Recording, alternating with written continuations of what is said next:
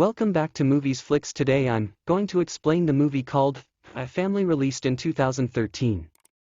Spoilers ahead, watch out and stay safe. A family of four sat at the dining table eating dinner. Right then the doorbell rang. The father got up to answer the door. As soon as he arrived in front of the door, a bomb unexpectedly blew off its hinges. The impact sent the father flying and knocked him unconscious. Afterward, a hitman entered the house holding a gun and quickly disposed of the other family members one after the other. The finger was chopped off to provide proof of kill. Too bad for the hitman, he just killed the wrong family. The people he was looking for wouldn't be so easy to find. This is the Manzoni family, a once great New York mafia family. However, with a $20 million bounty on the father's head, the entire family had been forced to move into a rundown house in a small town in Europe as part of the witness protection program. The Manzoni family had to adjust to their new lives as regular people, but for all of them, it wasn't an easy adjustment to make. It was clear from the start that the family was not happy with the house, the school, the town, or its people. But what choice did they have? The FBI warned them to keep a low profile and that their every move would be monitored, but that was easier said than done. Despite being in witness protection, the family made little effort to change their violent tendencies. In their minds, they weren't bad people. At the grocery store, the wife was insulted by the store owner gossiping with his friends. The lesson here is don't talk about people behind their backs because you never know what they might do. The woman was the wife of a mafia boss after all, so it was an easy task for her to blow up the store. The daughter Belle was tricked into a car by her male classmates and taken to a secluded part. However, her classmates had more than just a friendly picnic in mind. But don't worry, Belle knew how to take care of herself, much to their shock. With a tennis racket and a smile, she gave her classmates a day they would never forget. She also made a strong impression on the girl who stole her pencil bag at school. After hearing what she had done, even her own brother thought she was insane. On the first day of school, the son Warren was beaten up by the school bullies. You might be thinking maybe he just wasn't like the rest of his family. Well, you'd be wrong, because by lunchtime he already knew all the key players at school and exactly who to manipulate to get what he wanted. Within just a few days he had built his criminal network on campus. It turned out that Belle wasn't the only one who knew how to handle herself in a fight. Revenge was the name of the game, as Warren ambushed the bullies and beat them up with the help of some schoolmates in his criminal network. The dad may have looked just like any other middle-aged man, but don't let his appearance fool you. He was truly a mafia. The boss at heart. A grocer tried to sell him spoiled lobsters. A plumber tried to trick him into paying for unnecessary repairs. Can you guess what happened to them? Everyone was tired of being relocated every few months, so in the effort to blend in, the Manzoni family hosted a barbecue for the neighborhood, although the wife wanted her neighbors to enjoy the barbecue. A little threat here and there made things easier. After being ridiculed by some of the men for his barbecue skills, the father began to torture these people in painful but creative ways. Luckily for these men, this all took place in his imagination. The FBI agents assigned to keep an eye on the family joining the barbecue, one of them actually arrived just in time to prevent the father from committing multiple homicides. The father spent his days between writing his memoir and tracking down the corporate behind the brown water at his houses. The investigation eventually took him to the owner of a fertilizer factory. After a long day of controlling his violent impulses, the father finally reached his limit. The father always came up with creative ways to take out his enemies, and the arrogant factory owner was no different. Stepping out of his car on a secluded road, the father asked the man about the brown water again. Naturally, the factory owner was in a much more cooperative mood. After a long ride behind Manzoni's car, this show really made it clear that if you ask too many questions, then bad things will happen. Even leaving the house at night could lead to a bullet in the chest elsewhere.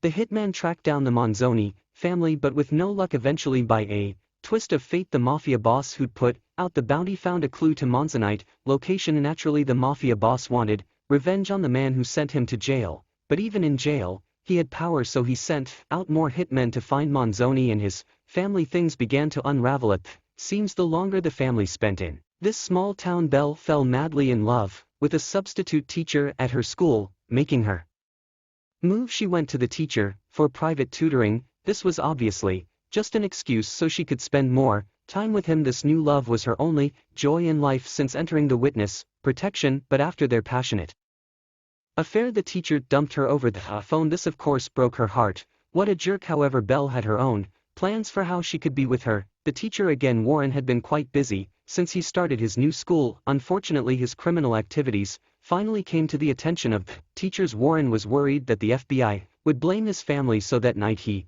grabbed all the necessary items, several fake passports, some hidden cash, clothes, and made a run for it. He was 14 and ready to make it on his own in the world. Old habits are hard to break. The father snuck out under the nose of the FBI once again to take care of the brown water. The problem: he was clearly a man of many talents. Not only could he kill and torture, but he knew how to set a bomb as well with one simple device. His problem would soon be solved. Later that night, the wife snuck away to the church where she often prayed for help for her family. She'd even become friends with the priest, letting her guard down. She told the priest the truth about her family. To her shock, the priest banished her from the church after she confessed her sins, calling her and her family evil and beyond saving. Meanwhile, the father in his FBI handler went to the school to attend a movie showing, much to the FBI agent's displeasure. The movie was about the New York mafia. How could Manzoni watch this movie without remembering his own past? After the movie, with his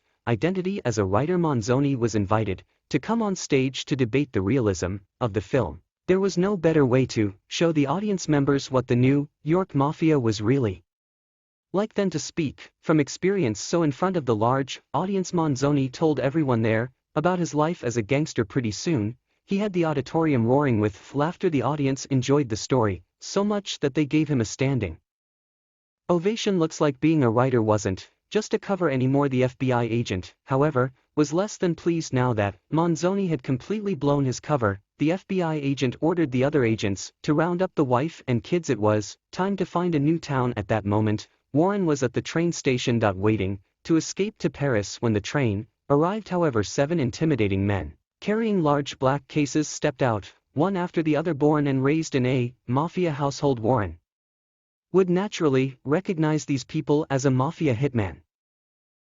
They all walked past him without a second glance. As soon as the hitman left in their cars, Warren called home to warn his family. Unfortunately, there was no one there to pick up on the street. Belle assaulted a classmate to steal her cell phone on the roof of a building. Belle called her teacher to give him her final goodbye. The building's roof just happened to give her a perfect view of the police building across the street and the men in black who had just entered it. These men were professional hitmen, so of course they would kill off every police officer, otherwise the police would crash their party uninvited. Even better, they could use the police database to find the Manzoni family's new address. And seeing the injured dog was the most heartbreaking the scene in the entire movie. You know, these hitmen are truly heartless when they even wanted to kill the poor dog in the street. Belle did what she did best and beat up one of the hitmen. Right after she stole his gun, Warren found his own stash of guns to steal. Good thing the hitmen just left their weapons in the street where anyone could take the. Belle